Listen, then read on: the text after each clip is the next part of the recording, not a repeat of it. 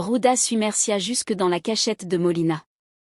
Il découvre avec surprise que Molina est toujours en vie, armé et dangereux. Molina le pointe avec son arme et se moque de lui.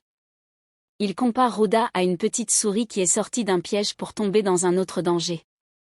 Ruda, cherchant à calmer la tension, demande à Molina de discuter au lieu de se battre. Mais Molina, méfiant et agressif, veut savoir ce que Ruda fait là. Ruda finit par avouer qu'il est venu pour Mercia et qu'il ne savait pas que Molina était encore vivant. Molina, ironique, demande à Mercia s'il est mort, puis il change aussitôt de ton pour dire qu'en réalité il est bien vivant.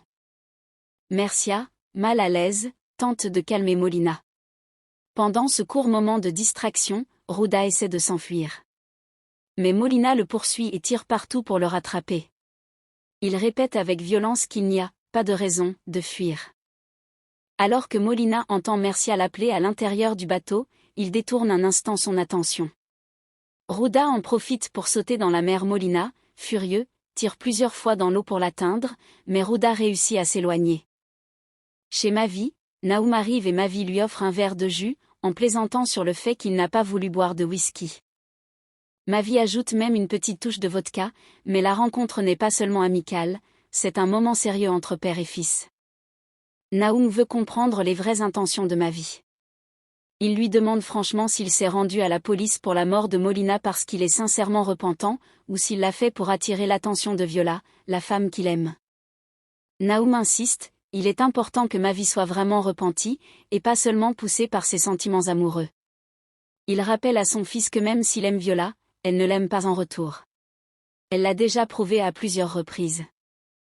Mavi écoute, puis avoue à son père que, s'il disait qu'il ne l'a pas fait, ce serait un mensonge. Il explique que dans sa vie, il ne lui reste pas grand-chose, à part ce sentiment fort qui l'habite. Il ne sait pas si c'est de l'amour, mais il sait que c'est puissant. Ce sentiment l'a poussé à construire sa vie, et même à aller se livrer à la police. Quand son père lui demande ce qu'il en est de Luma, Mavi répond avec émotion que Luma est la meilleure chose qui lui soit arrivée. Elle est formidable, mais il pense qu'elle mérite mieux que lui. Pour cette raison, il a décidé de s'éloigner d'elle, même si cela lui fait mal. Pendant ce temps, Viola agit de son côté.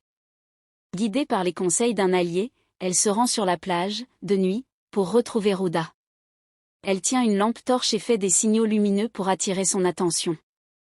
Mais soudain, Mercia surgit avec l'un de ses hommes de main.